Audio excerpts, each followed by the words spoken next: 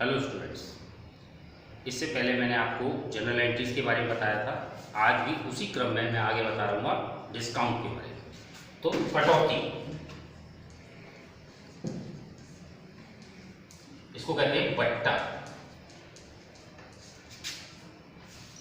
छूट या अपहार, ये सब कटौती के यानी डिस्काउंट के नाम, यानी इंग्लिश में इन सबको क्या कहते हैं, डिस्काउंट। तो डिस्काउंट हमारी दो तरीके की होती है। पहली होती है व्यापारिक कटौती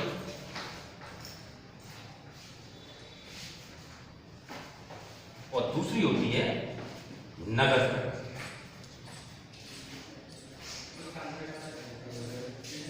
व्यापारिक कटौती को कहते हैं ट्रेड डिस्काउंट और नगद कटौती को कहते हैं कैश डिस्काउंट। ठीक है, कटौती दो प्रकार की होती है, व्यापारिक और नगद।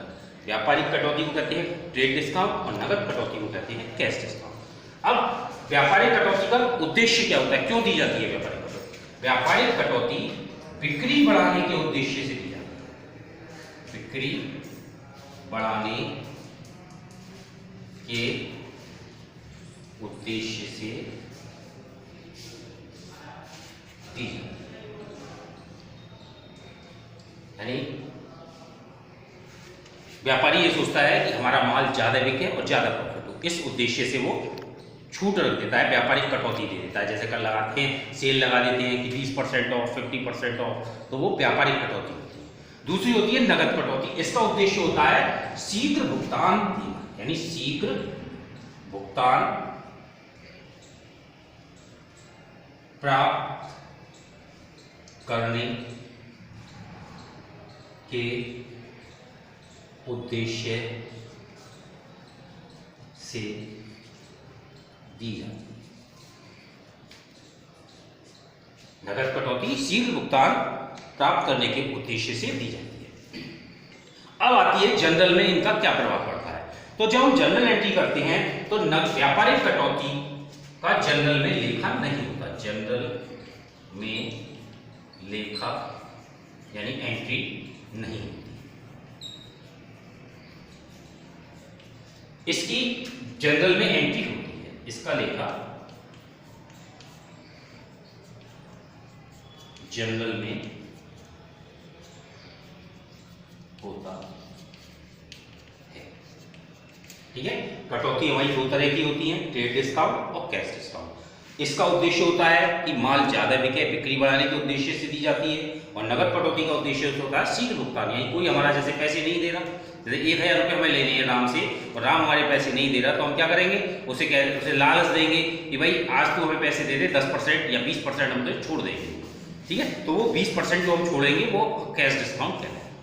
ठीक है, जनरल एंट्रीज में व्यापारिक कटौती का कोई लेखा नहीं किया जाता, जबकि नगद कटौती की एंट्री जनरल में की जाती है। अब देखना है कि इनका हम किस प्रकार एंट्री करेंगे। ये देखिए,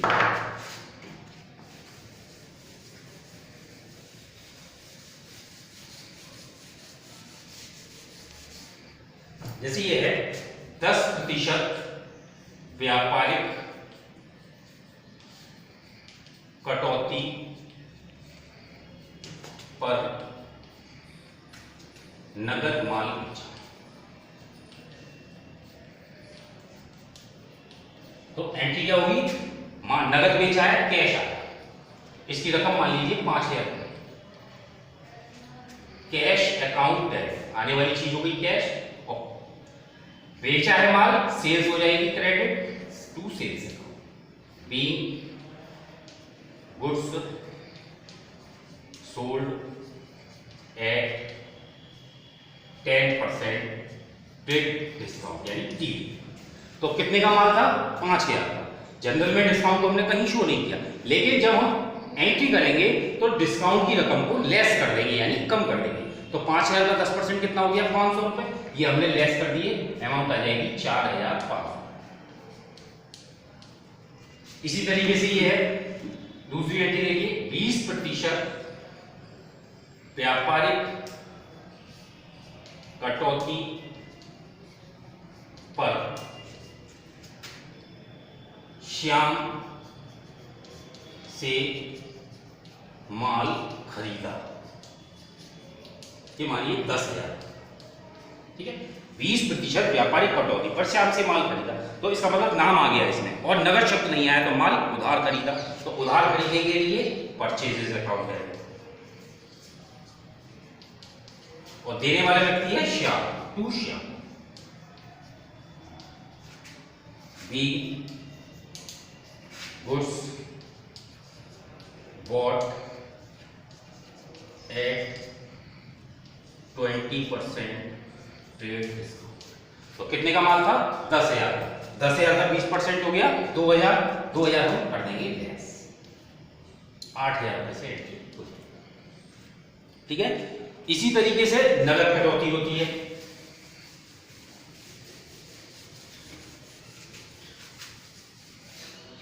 जैसे ये है 10% व्यापारिक कटौती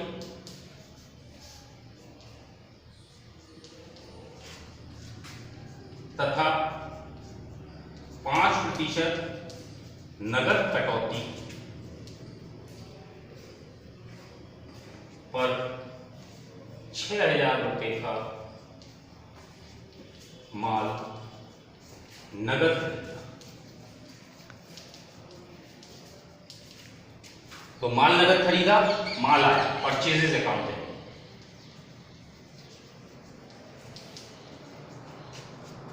टू पैसा गया कैश अकाउंट और नगद कटौती के लिए इसमें आ जाएगा to discount. Be goods bought at 10% TD and 5% C. तो देखिए इसकी रकम कैसे निकालेंगे, लिस्ट प्राइस है, लिस्ट प्राइस थी हमारी कितने रुपए 6।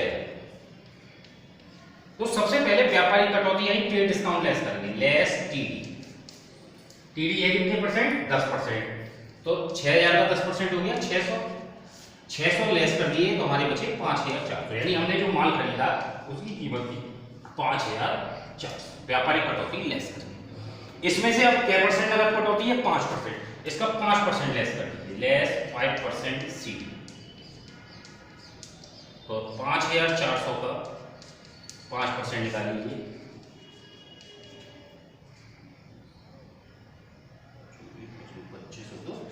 270 रुपये हमारी डिस्काउंट हो गई, तो 270 रुपये लिख देंगे डिस्काउंट में, घटा के लिख देंगे कैश में 5,130,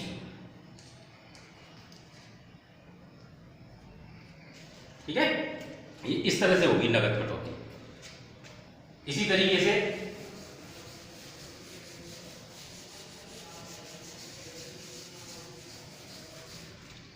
यह है 10% व्यापारिक कटौती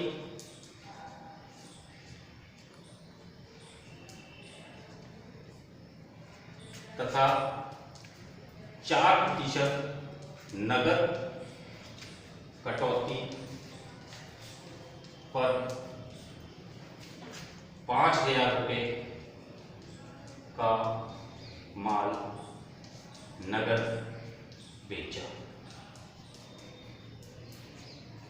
ठीक है। तो 5,000 रुपये का माल बेचा है, दोनों तरह की कटौती है इसमें, तो माल बेचा पैसा आया कैश अकाउंट डेबिट, नगद कटौती के लिए डिस्काउंट अकाउंट डेबिट, और बेचे गए माल के लिए लिखते हैं sales, to sales. Be goods sold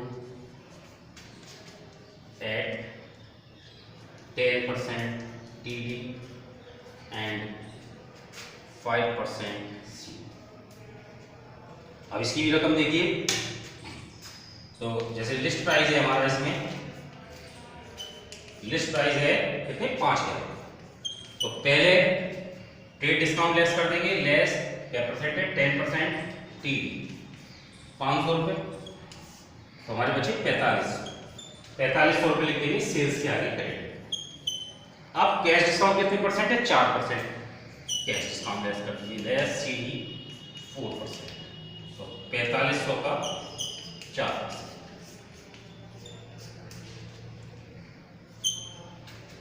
180 रुपए आ जाएंगे डिस्काउंट में, और लेस करके आ जाएंगे कैश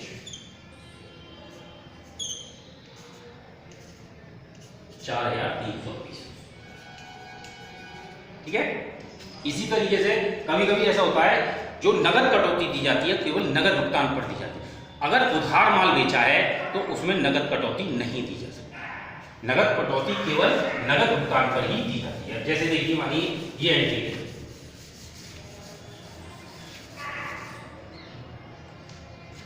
रवि को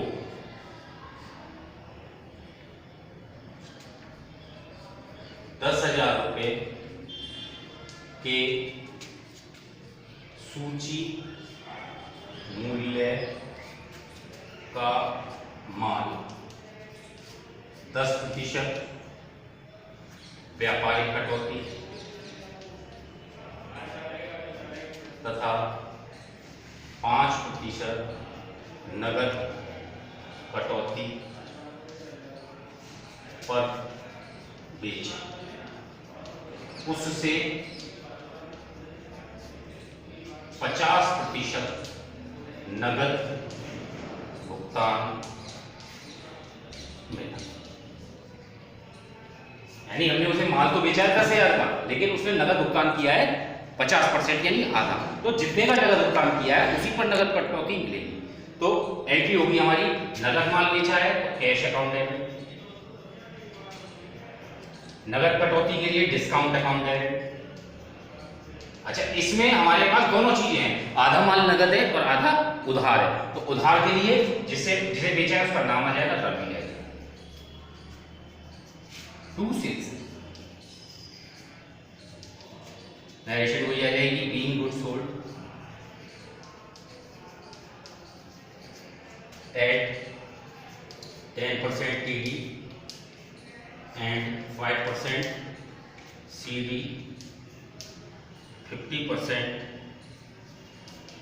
payment made in cash।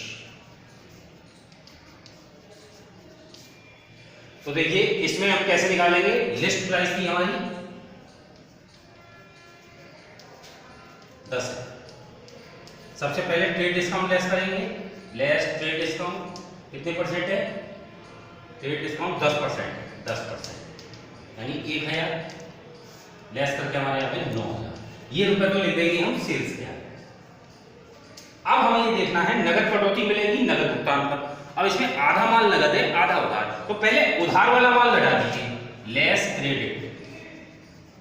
जब आधा नगद है 50% तो 50% ही उधार हो गया, तो इसका 50% हो गया 4,500 और नगद भी हो गया 4,500। जो उधार हुआ वो ले देंगे नाम के आगे। अब 4,500 पे निकाल दीजिए कैश डिस्काउंट, लेस CD कितने परसेंट है, 5%, तो 4,500 का 5%,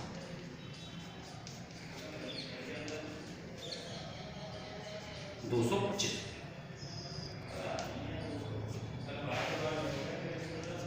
तो कैश में आ जाएंगे 4,275 रुपए और डिस्काउंट में आ जाएंगे 225। तो ये हो गई आपकी डिस्काउंट से संबंधित एंट्री। इनकी प्रैक्टिस कीजिए। Okay, thank you.